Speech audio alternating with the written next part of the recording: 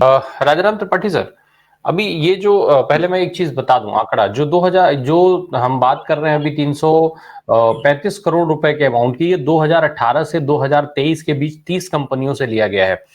इसके साथ में जो है ये भी एक आरोप लगा है इनके ऊपर कि कई एजेंसियां जो ऐसी थीं, कई सारी कंपनियां ऐसी थीं जो चंदा देने के बाद, जिन पर पहले आरोप लगे थे, चंदा देने के बाद अगर उसमें से कोई कंपनी का मालिक जो है वो जेल गया या कुछ ऐसा हुआ तो उनको बेल दिया गया और बेल के तुरंत बाद इनको जो है अमाउंट ट्रांसफर किया गया भारतीय जनता पार्टी को। तो इस तरीके के गंभीर आरोप लगे हुए हैं। राजाराम सर, जो पार्टी जिसका नारा था सबका साथ सबका विकास सबका विश्वास, वो पार्टी के देश में माफिया राज चला रही है। अब जो ये रिपोर्ट सामने आई है, क्या कुछ कम से कम ये तो यही बयान कर रही है। नमस्कार राय साहब, मैं सारे पैनलिस्टों को नमस्कार करता हूं। दरअसल प्रदीप जी ने जो बात कही थी मैं उससे आगे बढ़ाऊंगा कि वर्तमान में डेमोक्रेसी किस दिशा में जा रही है। जैसे आपने माफिया राज की बात कही, तो इसे समझने के लिए डेमोक्रेसी की परिभाषा में अगर हम देखेंगे कि डेमोक्रेसी की खामियों का जब जिक्र होता है तो ये होता है कि अगर हम डरे हुए लोगों को झूठी दिलासा देके उनका वोट ले लें, या कोई समुदाय अगर गुस्से में है तो उससे गुस्से का फायदा हम उठा के उसका वोट ले लें, या लालच दे के ले लें, या धर्म के आधार पे हम उसे कोई सपना दिखा के वोट ले लें, तो डेमोक्रेसी दूषित हो जाती है। और अंततः ये एक ऐसी स्थिति की ओर ले जाती है जिसे टोटलेरियन डिक्टेटरशिप हम कह सकते हैं। और ये ऐसे नेता इसमें आगे आते हैं जो धीरे धीरे दार्शनिक, वैज्ञानिक, साहित्यकार, बुद्धिजीवी इनको किनारे कर देते हैं, और जो वास्तविक मुद्दे हैं उससे अलग हटके ये बड़ी सतही बातें करके सामने रखते हैं कि मानो सारी समस्याओं का हल किसी चीज में है, और इस तरह की बातें करते हैं जिसका ना कोई वैज्ञानिक आधार होता है, ना दार्शनिक आधार होता है, ना अर्थशास्त्र का कोई आधार होता है। जैसे कि आप आज देख रहे हैं, मुद्दों की बात नहीं होती, भाई मंदिर बन जाएगा, बड़ी अच्छी बात है, 2 मंदिर बन जाएंगे तो उससे रोजगार, स्वास्थ्य, शिक्षा, ये सारी चीजें जो बड़ी बड़ी समस्या इतने बड़े देश की हैं, इतनी बड़ी जनसंख्या है, वो कैसे आप ले चलेंगे। किसानों की समस्या जो लगातार घाटे में खेती कर रहे हैं, जिनकी कमर टूट गई है, उनकी समस्या आप कैसे दूर करेंगे। किसान बेवजह आंदोलनरत नहीं है, लगातार आप उठा के देखो कि किसानों का खेती जो है, खेती एकदम घाटे का सौदा बना हुआ है, सब जान रहे हैं, लेकिन इसके बावजूद ये चल रहा है। ऐसी स्थिति में क्या है, जो अच्छा बोलने वाला, अच्छे किस्सेबाज होता है, अच्छी बातें करने वाला जो नेता होता है, वो सुप्रीम पे पहुंचता है, जिसे डेमोक्रेट कहते हैं। तो ये डेमोगॉड जो है हमारा, वो इस समय सबसे मजबूत भूमिका में है। और अगर जब तानाशाही की ओर अग्रसर होते हैं तो संवैधानिक और लोकतांत्रिक संस्थाएं जो है हाशिए पे चली जाती है, या तो सत्ता की जेब में होंगी या हाशिए पे होंगी। तो आज वही हम देख रहे हैं, आज हम वही स्थिति पूरी तरह से देख रहे हैं कि संवैधानिक संस्थाएं जो थी, जिससे न्याय की उम्मीद होती थी, चाहे पुलिस भी हो, पुलिस का अगर उसका ध्येय वाक्य देख लीजिए तो उसमें हर जगह न्याय शब्द जुड़ा हुआ है, लेकिन कितना न्याय कर पा रही है। और ईडी, आईटी, सीबीआई, ये पूंजीपतियों की पुलिस है, और पूंजीपतियों की पुलिस है तो निश्चित रूप से कोष, मूल और दंड बोलते हैं। तो मेरा मानना है ये पूरी तरह से आज सत्ता के जेब में है। ये समझने के लिए किसी को भी ज्यादा बुद्धिमान होने की जरूरत नहीं है कि ईडी ने जो पिछले केसेस दर्ज किए अब तक, और उनका जो वो कहते हैं कन्विक्शन रेट जो है 0.5 के आसपास है, यानी अधिकांश मामले इनके झूठे हैं। दूसरी चीज, ये विदेशी मुद्रा के में जो अनियमितताएं हैं उसके लिए बना हुआ था। तो जो विदेशी व्यापार कर रहे हैं विशेषकर, ये उसके घेरे में आते थे, मुद्रा प्रवर्तन के। हम यही देखते सुनते थे। और आज इसमें देख लीजिए तो 100% जो है विपक्षी, विदेशी की बजाय विपक्षी हो गया, विपक्षी व्यापारी की जगह नेता हो गए, वो इसके टारगेट में है। तो ये चीजें समझ में आ रही हैं कि अच्छा, चंदा की जहां तक बात है, एक तरह तो ये कांग्रेस और विपक्षी दलों के जितने भी मददगार रहे हैं, जो भामाशाह रहे हैं, ये आज से नहीं है। जब कांग्रेस लड़ रही थी तभी घनश्याम बिरला जी और बहुत सारे पूंजीपति थे जो राष्ट्रवादी पूंजीपति थे, और लगातार स्वतंत्रता आंदोलन की मदद करते रहे हैं। तो राजनीतिक पार्टियों को जहां आम एक आने का भी एक सदस्य होता था, इकन्नी का सदस्य, 54 का सदस्य भी होते थे, वही बड़े बड़े भामाशाह लाखों रुपए भी देते थे पार्टियों को चलाने के लिए, स्वतंत्रता आंदोलन को चलाने के लिए देते रहे हैं। तो अंग्रेज सरकार उस समय ऐसे व्यापारियों पर, देखिए अंग्रेज सरकार ज्यादा डेमोक्रेटिक थी, ऐसे व्यापारियों का व्यापार उसने बंद नहीं किया। जो स्वतंत्रता आंदोलन की मदद कर रहे थे, ऐसे व्यापारियों के भी व्यापार उसने बंद नहीं किए। आप उदाहरण देख लीजिए। लेकिन आज हमारे देश में जिस तरह से कोई भी अगर किसी अलग मत का है, अलग विचारधारा का व्यक्ति है, तो उसके खिलाफ सरकार जिस तरह से कार्य करती है, उसका ऐसा उदाहरण मिलना मुश्किल है। मैं तो मूलतः किसान हूं और मैं बहुत आंदोलित हूं, मतलब वर्तमान दशा देख के जिस तरह से किसानों पे आप गोली चला रहे हैं, राय साहब, ये साधारण बात नहीं है। आपके दो सूबों के बीच में किसान खड़ा है और वहां गोली चल रही है, एक समाचार पत्र लिख रहा है कि यहाँ युद्ध की स्थिति है। तो ये लोकतांत्रिक ढांचे और हमारा जो केंद्र और राज्यों का जो संबंध है, संघीय ढांचा है, वो चरमराने वाली बात है। लेकिन लोगों को सत्ता के आगे कुछ नहीं दिखता। सामने चुनाव है, कैसी भी हमें जीत के आना है, ये दिख रहा है। मेरा मानना है कि ऐसे ऐसे हालात में बुद्धिजीवियों का दायित्व बढ़ जाता है। आपको ही अब भूमिका निभानी है, मीडिया का भी रोल आपको करना है, आपको ओपिनियन लीडर का काम भी आपको करना है, मार्गदर्शक का भी आपको काम करना है, क्योंकि जनता जो है किंग कहते में विमूढ़ हो गई है।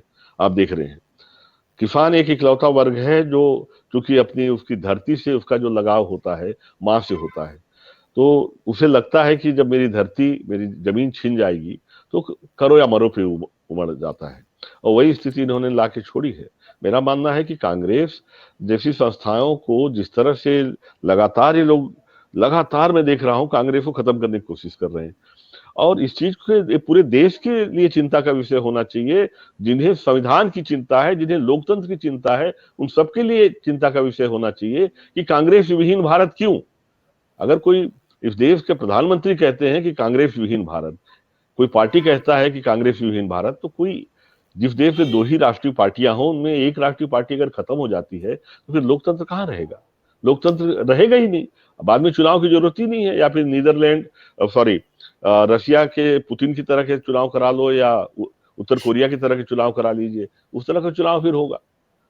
फिर आप डेमोगॉड को लेके उसकी पूजा करिए। जिस तरह स्थिति देख रहा हूं अभी सोशल मीडिया पे, कम से कम 100 लोगों को देखा जो हमारे प्रधानमंत्री जी को अवतारी पुरुष मानते हैं। उन्होंने कहा हमने दिल दे दिया है उनको, वो भगवान है। वो तो जो आदमी भगवान मानता है, वो तो गुण दोष के आधार पे वोट देने का आप सवाल ही नहीं है कि भाई मुद्दों पे वोट देगा या कोई सरकार काम किया आपके लिए या नहीं किया, उसके आधार पे तो वोट देगा ही नहीं ना। वो तो बात ही खत्म हो गई। और ऊपर से आपका ईवीएम है। जो सरकारें हॉर्स ट्रेडिंग करती हो, करोड़ों करोड़ों में एमएलए खरीदती हो, उनसे आप नैतिक शुचिता की उम्मीद रखते हैं कि वो ईवीएम में खेल नहीं करेंगे। एक मशीन जिसका एक इंजीनियर जिसके पास प्रोग्राम हो उसे हैकिंग करना है, तो क्यों नहीं करेंगे? वो बिल्कुल करेंगे, और हर हाल से कर रहे हैं। पहले आप उसे ठीक करिए, बाकी सब ठीक होगा। वो तो हर तरफ से आपकी नस काट रहे हैं, आपकी रसद सप्लाई हर तरफ से बंद कर रहे हैं। वो जो नेता ज्यादा बोल रहा है वो जेल में है। जो चुनाव लड़ सकता था, थोड़ा पूंजीपति था, उसके ऊपर IT, CBI, income tax, ED सब पड़ी हुई है। हर राज्य के नेताओं को देख लीजिए, परेशान कर रखा है। केवल नेता ही नहीं, सतपाल मलिक को ही देख लीजिए, क्या संपत्ति दिखती है सतपाल मलिक की। 2 कमरे के फ्लैट पे रहते हैं, एक छोटा सा घर है गांव में, क्या कर लेंगे उनका। लेकिन मजाल है, देखिए उसके यहाँ सीबीआई पहुंच रही है।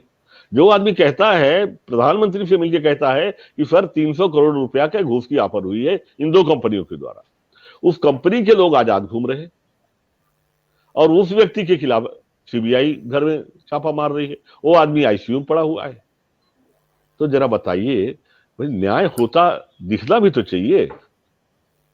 राय जी। डॉक्टर राजाराम सर, जो अभी सिस्टम जो अभी सामने आया, जो आरोप अभी सामने आया है, अभी तक लगातार केवल दुरुपयोग का आरोप लगता रहा है और अब वसूली का आरोप।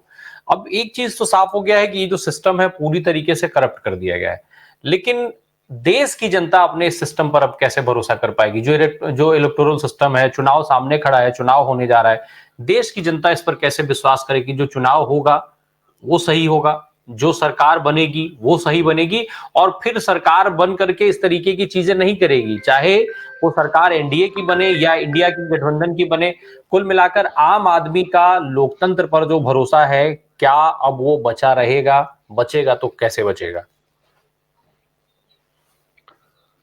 और राय साहब, मैं जो देश पांडे जी कह रहे थे इससे मैं काफी हद तक सहमत हूं। पहली चीज कि, और स्वामी जी ने भी जो कहा कि कांग्रेस और अन्य पार्टियां इंडिया के पास ये अवसर है कि लोकतंत्र को भी वो बचा सकती हैं 63% वोट अगर एकजुट होते हैं। लेकिन मेरा मानना दो चीजों पे है कि वास्तव में जनता के पास विकल्प बहुत सीमित होते हैं, उसके बाद एक ही हथियार होता है वोट देने का। और यदि ईवीएम कंट्रोल कर ली जाती है तो सारी बातें बेमानी हो जाती। और जो छत्तीसगढ़ में चुनाव मैंने देखा, बहुत नजदीक से देखा, ग्राउंड जीरो से रहा हूं, नेताओं से मिलता जुलता रहा हूं, मुद्दे बड़े महत्वपूर्ण थे। मैं बार बार उसको कहता हूं ताकि लोग समझे कि 80% वोट यहाँ किसान है। पिछले चुनाव में कांग्रेस जीत के आई थी, जो आप लोग तो जानते हैं, जो न जानते हैं उनके लिए कह रहा हूं। भाजपा ने इससे पहले 2 बार वादा किया था कि यहाँ के किसानों को कि धान पे बोनस देंगे। धान का किसान यहाँ 70% वोटर है। स्वामी जी, 63% वोटर की बात जो आपने कही, यहाँ 70% वोटर धान का किसान, उसका परिवार है। पिछले बार भाजपा ने इससे पहले वादा करके नहीं दिया था, 15 साल तक भाजपा की सरकार थी, किसान आक्रोशित होकर 90 में 70 सीट किसान कांग्रेस को दिए, और इन्होंने वादा निभाया। धान वाजिब कीमत पे खरीदा, बोनस भी दिया। और इस चुनाव में कांग्रेस ने 3200 रुपया टन का रेट रखा, भाजपा ने 3100 का। पिछले चुनाव में कांग्रेस ने सारे किसानों के कर्जा माफ किए, और इस बार कांग्रेस ने कर्जा माफी का घोषणा पत्र में रखा। इन चीजों को समझना जरूरी है। भाजपा ने कर्जा माफी की बात ही नहीं की। दो यहां पे और बड़ी जनसंख्या है, 44% यहां जंगल है, वनोपज इकट्ठा करने वाले करीब 15 लाख परिवार हैं, और सबसे बड़ा यहां वनोपज है तेंदुपत्ता का। उस पर 5500 रुपया बोनस की घोषणा बीजेपी ने की, और 6500 कांग्रेस ने की। महतारी वंदन योजना, जिसके तहत कहा जाता है कि 1000 रुपया जो महिलाओं को देते हैं, जिसके कारण मध्य प्रदेश की सरकार दोबारा आई जैसा कहते हैं, वहां कांग्रेस ने 1500 की घोषणा की थी, भाजपा का 1000 का था। आधी वोटर ये है, महिलाएं हैं। इन सारे मुद्दों को, और ऐसा नहीं कि लोगों तक ये पहुंचा नहीं, यह चूंकि अपने फायदे की बात है, हर जगह पहुंच जाता है तुरंत पेपर के जरिए कि भाई ये 3100 दे रहे हैं, 3200 दे रहे हैं, चर्चा में भी, और किसान तक तो पहुंच ही जाता है, क्योंकि किसान का रोजी रोटी उससे जुड़ी हुई है।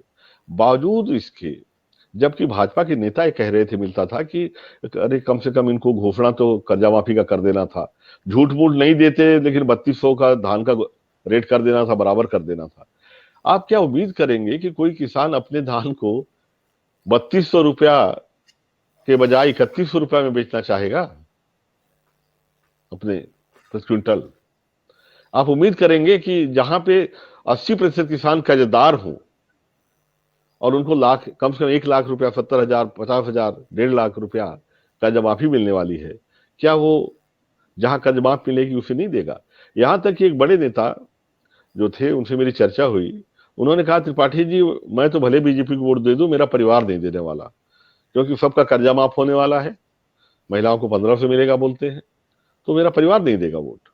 ऐसी स्थिति में जब बीजेपी की सरकार बन जाती है, तो आपके सारे राजनीतिक गणित, सारे कैलकुलेशन, सारी चीजें, सब ये तमाशा और आईवास दिखाई देता है मुझे। फिर चुनाव का कोई औचित्य रह नहीं जाता अगर ईवीएम पे कंट्रोल किया जाता है किसी भी तरीके से। मैं कहना चाहूंगा, विवेक जी की बात से मैं सहमत हूं कि कांग्रेस को अगर ट्रांसफॉर्मेशन करना है तो उनको निर्मम शल्य चिकित्सा करनी होगी। ये जो एक समय ये लोग राहुल गांधी को लाइबिलिटी कहते थे, अब मुझे ख्याल होगा आपको, 32 लोगों ने, 35 लोगों ने चिट्ठियां लिखी थी जो वो ग्रुप समथिंग क्या था आपको, ग्रुप 20, जी 23। Group 23, yes. और आज मेरा मानना है कि अगर कोई एसेट है कांग्रेस में सबसे बड़ा तो राहुल गांधी है, और उनको इन लाइबिलिटीज से मुक्ति पा लेनी चाहिए फौरन से पेशतर, जितनी जल्दी हो सके। और अब तो देर हो गई है, क्योंकि ये 6 महीना पहले ही ऑपरेशन कर दिया जाना चाहिए था, ये नौबत नहीं आती। इनके कंधे पे चढ़ के इनका बाल मूड रहे हो, चाहे वो कमलनाथ हो, चाहे सिंधिया हो, चाहे ये आपके अभी जो महाराष्ट्र में जो गए आपके अशोक चौहान। भूतपूर्व, हाँ जी, अशोक चौहान भूतपूर्व मुख्यमंत्री थे। तो जी। ये अवसर देने का मेरा मानना है कि ये अवसर नहीं दिया जाना चाहिए था। कांग्रेस से लोगों की उम्मीदें अभी भी हैं। ये मेरा मानना है जी। कि देश ने अभी भी कांग्रेस से उम्मीद लगाई हुई है, और जब कांग्रेस गलतियां करती है तो लोग खींचते हैं। जो आप आम जनता की बात जो कर रहे हैं, उनको खींच होती है। विवेक देश पांडे जी बिल्कुल सही कह रहे हैं, उनको लगता है क्या कर रहे हैं। और स्वामी जी का कहना सही है कि अगर तस्वीर देखें तो कांग्रेस के लिए हालात अच्छे हैं, आज भी अच्छे हैं, बशर्ते कि ईवीएम सबसे बड़ा रोड़ा है, मेरा मानना है।